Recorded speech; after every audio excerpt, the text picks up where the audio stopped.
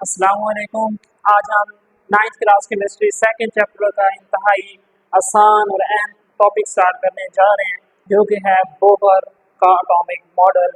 अगर आप लोगों को पता नहीं है शेल क्या होता है, सब शेल क्या होता है, उनमें एनर्जी क्या होती है, किस शेल में कितने इलेक्ट्रॉन्स आएंगे, सब शेल में कितने इलेक्ट्रॉन्स आएंगे, तो इंशाल्लाह ये लेक्चर देखने के बाद आपको ये सारे कॉन्सेप्ट क्लियर हो जाएंगे। आपकी बुक में थोड़ा सा पचीदा लिखा हुआ है। हम आपको इंतहाई आसान 5 से 6 हेडिंग्स बताएंगे, जिनको आप करके आप इसमें से अपना लॉन्ग भी अटेम्प्ट कर सकते हैं, शॉर्ट भी इजीली अटेम्प्ट कर सकते हैं। चलें स्टार्ट करते हैं हमारा आज का टॉपिक। देखें भाई, बंदा था, उसका नाम था नील बोहर। नील बोहर ने हाइड्रोजन एटम का मॉडल पेश किया था, जिसको बोहर्स मॉडल कहते हैं या नील बोहर्स का मॉडल कहते हैं। तो इसके कुछ की पॉइंट्स थे, मर्कजी पॉइंट्स थे, जो हेडिंग्स थी वो हम पढ़ेंगे इंशाल्लाह, आपको सारे के सारे समझ आ जाएंगे। पहला इसने कहा था कि भाई जो इलेक्ट्रॉन्स होते हैं ना, इलेक्ट्रॉन्स, अच्छा इसको पढ़ने से पहले आपको ये समझना ज़रूरी है कि जो एटम का स्ट्रक्चर होता है, उसके स्ट्रक्चर में जो दरमियान वाली जगह होती है वहाँ न्यूक्लियस मौजूद होता है, और न्यूक्लियस के बाहर जो भी सर्कुलर पाथ होते हैं, गोल दायरे होते हैं, इन सारे गोल दायरों को हम क्या बोलते हैं, शेल्स बोलते हैं। और इन शेल्स में इलेक्ट्रॉन्स होते हैं और न्यूक्लियस में प्रोटॉन्स और न्यूट्रॉन्स होते हैं। अगर ये इसमें थोड़ी भी कंफ्यूजन है आप लोगों को, तो आप एटॉमिक नंबर और एटॉमिक मास पर हमारा लेक्चर देख के उससे आप सीख सकते हैं। चले, एटम के मरकज में न्यूक्लियस यानी सेंटर में न्यूक्लियस, और जो बाहर वाली चीजें हैं वहाँ शेल्स हैं, और शेल्स में इलेक्ट्रॉन्स होते हैं। चले, तो बोहर ने भी यही बात की थी। उसने कहा था कि जो इलेक्ट्रॉन्स होते हैं ना, are revolving around the nucleus. Revolving का मतलब होता है घूमना, ठीक है। अराउंड, अराउंड का मतलब होता है गिर्द। तो जो इलेक्ट्रॉन्स होते हैं वो न्यूक्लियस के गिर्द घूम रहे हैं in fixed circular path. Fix का मतलब क्या होता है, मखसूस, जिसको चेंज ना किया जा सके उसको मखसूस या फिक्स कहते हैं।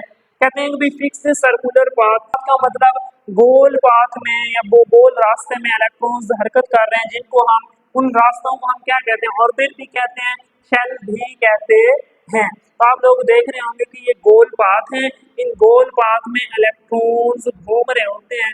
तो इन्हीं गोल पाथ को हम शेल्स भी बोलते हैं और इन्हीं को हम ऑर्बिट भी बोलते हैं। तो ऑर्बिट और शेल एक ही चीज का नाम है। तो हमने अभी सीखा जो इलेक्ट्रॉन्स होते हैं वो न्यूक्लियस के गिर्द मखसूस गोल दायरों में हरकत कर रहे होते हैं। इन गोल दायरों को या सर्कुलर पाथ को हम शेल्स बोलते हैं या फिर ऑर्बिट बोलते हैं। एक बात आपने याद रखनी है, इन शेल्स में जो इलेक्ट्रॉन्स घूम रहे होते हैं, इनको मैंने डॉट से जाहिर किया। इन शेल्स में जो भी इलेक्ट्रॉन्स घूम रहे होते हैं, इनकी एनर्जी फिक्स्ड होती है, इनकी एनर्जी मखसूस होती है, खास होती है। इसी वजह से इन शेल्स को हम एक तीसरा नाम देते हैं। वो तीसरा नाम क्या होता है, वो होता है एनर्जी लेवल। एनर्जी लेवल भी हम लोगों ने सीखा कि जो हमारे गोल दायरे हैं या गोल रास्ते हैं, इनका 3 नाम है। इनके 3 नाम है। पहला नाम इसका क्या है, ऑर्बिट है, दूसरा नाम इसका शेल है, और तीसरा नाम इसका एनर्जी लेवल है। चाहे आप बुक में लफ्ज ऑर्बिट इस्तेमाल करें, चाहे लफ्ज शेल इस्तेमाल करें, चाहे लफ्ज एनर्जी लेवल इस्तेमाल करें, तो तीनों से चीज एक ही मुराद है। वो कौन सी चीज मुराद है, वो ये गोल रास्ते मुराद है। अब तक हमने सीखा कि भाई जो इलेक्ट्रॉन्स होते हैं वो न्यूक्लियस के गिर्द मखसूस गोल दायरों में हरकत करते हैं। उन गोल दायरों को हम शेल भी कहते हैं, उन्हीं को हम ऑर्बिट भी कहते हैं, और उन्हीं को हम एनर्जी लेवल भी कहते हैं। क्यों? क्योंकि हर शेल की एनर्जी फिक्स्ड होती है, इसीलिए हर शेल को एनर्जी लेवल भी बोलते हैं। चले, उम्मीद है आपको ये कंफ्यूजन क्लियर हो चुकी होगी कि भाई शेल क्या होता है, ऑर्बिट क्या होता है, एनर्जी लेवल क्या होता है। एक तीसरा इंपॉर्टेंट पॉइंट हमने समझना वो ये है कि भाई ये जो शेल्स होते हैं ना, शेल्स ये या जो इलेक्ट्रॉन्स होते हैं, इनकी एनर्जी इंक्रीज होती है। इनकी एनर्जी इंक्रीज होती है, कब इंक्रीज होती है, जब इनका डिस्टेंस, जब शेल्स का डिस्टेंस बढ़ता है न्यूक्लियस से, तब उनकी एनर्जी भी बढ़ती जाती है। सिंपल सी बात है, जब भी किसी शेल का न्यूक्लियस से फासला ज्यादा होगा, जितना भी ज्यादा होगा उसकी एनर्जी भी उतनी ज्यादा होगी। आप देख रहे होंगे ये पहला शेल है, इसके ये फासला कम है तो इसकी एनर्जी कम होगी इसकी एनर्जी को हमने E1 से जाहिर किया। अच्छा, ये भी याद रख लें, जो पहला शेल होता है उसको K कहते हैं, दूसरे शेल को L कहते हैं, तीसरे शेल को M कहते हैं, चौथे शेल को N कहते हैं। और जो पहले शेल होते हैं उसकी एक वैल्यू होती है, वो उसको वैल्यू को n से शो करते हैं, उसकी n की वैल्यू 1 होती है, दूसरे की n की वैल्यू 2 होती है, तीसरे की n की वैल्यू 3 होती है और चौथे की n की वैल्यू 4 होती है।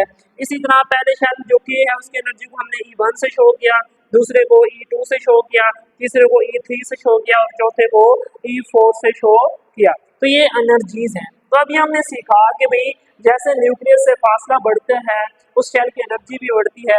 अब चूंकि जो E1 है उसका फासला न्यूक्लियस से कम है, इसी वजह से इसकी एनर्जी कम होगी। अब देखें, ये आप ये सैंपल देख रहे हो, ये जो सैंपल होता है ना, सैंपल, इसके सैंपल का ये वाला जो हिस्सा होता है ना, ये वाला हिस्सा, ये जो हिस्सा होता है ये छोटी चीज को जाहिर करता है। जो ये वाला हिस्सा जिसकी तरफ होता है वो छोटा होता है और वो ये वाला मुंह वाला हिस्सा जिसकी तरफ होता है वो चीज बड़ी होती है। तो चूंकि E1 जो पहले शेल की एनर्जी है उसका डिस्टेंस न्यूक्लियस से कम है, इसके इससे E1 भी यानी एनर्जी भी क्या होगी, कम होगी। फिर अब चूंकि E2 का फासला E1 से ज्यादा है तो E2 की जो एनर्जी होगी E1 से ज्यादा होगी। ऐसे करते करते हमने देखा जो E4 है उसकी एनर्जी सबसे ज्यादा है। क्यों ज्यादा है? क्योंकि इसका जो फासला है वो न्यूक्लियस से सब शेल से ज्यादा है। तो इससे हमें ये पता लगा कि भाई जो E4 है चौथे शेल की एनर्जी है, जो N शेल है वो सबसे ज्यादा है। तो सबसे कम एनर्जी K शेल की क्योंकि फासला कम, फिर उससे ज्यादा एनर्जी L की, फिर उससे ज्यादा M की, फिर सबसे ज्यादा जो एनर्जी है वो N की है। चले अब हम नेक्स्ट स्टार्ट करते हैं। तो होप्स हो कि आपको एनर्जी वाला टॉपिक भी समझ आ चुका होगा।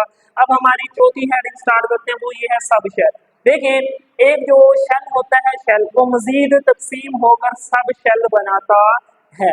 अब को एक छोटी सी मिसाल जनरल देते हैं कि आप स्कूल में जाते हैं या फिर एकेडमी में जाते हैं। अब स्कूल या एकेडमी को आप एक एटम समझ लें। अब उस स्कूल या एकेडमी में क्या होता है कि क्लासरूम्स होते हैं। अब हमने एकेडमी में या स्कूल को समझा अपना एटम और उसमें जो क्लासरूम्स हैं उनको हमने समझा शेल। तो अब देखें उस क्लासरूम्स यानी शेल्स के अंदर मजीद छोटी चीजें होती हैं, वो क्या होते हैं, आपके लिए चेयर्स होती हैं। तो उन चेयर्स को आप सब शेल समझ सकते हो। तो इसी तरह हर शेल के अंदर मजीद छोटी चीजें होती हैं जिनके हम क्या बोलते हैं, सब शेल बोलते हैं। तो लफ्ज सब का मतलब ही क्या होता है, छोटा। तो शेल का जो छोटा हिस्सा होता है उसको सब शेल बोलते हैं। तो याद रखिएगा जो हर शेल होता है वो डिवाइड होता है किसमें, सब शेल में, यानी हर शेल डिवाइड होकर सब शेल बना देता है। इस शेल में कितने सब शेल होंगे वो डिपेंड करता है n की वैल्यू पर। ठीक है, तो देखें जिसके लिए n की वैल्यू 1 हो। अच्छा देखिए इससे पहले ये समझ लें टोटल सब शेल 4 हैं, S, P, D और F। टोटल 4 सब शेल हैं, तो किस में कितने आएंगे वो डिपेंड करता है n की वैल्यू पे। अब k के लिए n की वैल्यू 1 होती है, इसी वजह से उसमें एक सब शेल आएगा, वो कौन सा आएगा, S आएगा। अब चूंकि n की वैल्यू 2 होती है तो उसमें, तो इधर हम लिख देते हैं k में सिर्फ एक सब शेल आएगा क्योंकि n की वैल्यू कितनी है 1 है, तो एक आएगा, S आएगा। L में 2 सब शेल आएंगे, क्यों, क्योंकि इसके n की वैल्यू कितनी थी, 2 थी, तो एक S होगा दूसरा P होगा। M के लिए 3 सब शेल होंगे क्योंकि इसके n की वैल्यू 3 है, एक S होगा, एक P होगा, तीसरा D होगा। N में 4 सब शेल होंगे क्योंकि इसके लिए n की वैल्यू 4 है, तो ये हो जाएगा S, P, D और F। तो उम्मीद है आपको समझ आ गया होगा कि भाई किस शेल में कितने सब शेल आते हैं, तो वो डिपेंड करता है n की वैल्यू पे। जितनी n की वैल्यू होगी उतने सब शेल आएंगे। अब हम डिस्कस करते हैं कि भाई एक शेल में कितने इलेक्ट्रॉन्स आ सकते हैं, भाई k में कितने आ सकते हैं, l में कितने आ सकते हैं, m में और n में कितने इलेक्ट्रॉन आ सकते हैं। तो उसके लिए एक सिंपल सा फार्मूला है, वो है 2n²।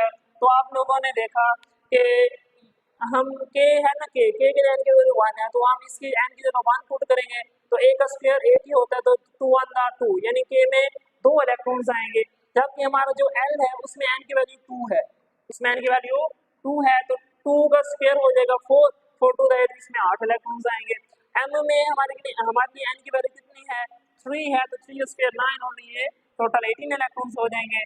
n के लिए n की वैल्यू 4 है, क्यों, क्योंकि देखिए ये 4 लिखा हुआ है, तो 4 का स्क्वायर 16 और 16 टू द 32, तो n में 32 इलेक्ट्रॉन्स आएंगे। k में 2, l में 8, m में 18 और n में 32 इलेक्ट्रॉन्स आएंगे, तो ये एमसीक्यूज के लिए इंतहाई इंपॉर्टेंट है, इसको आपने लाजमी याद करना है।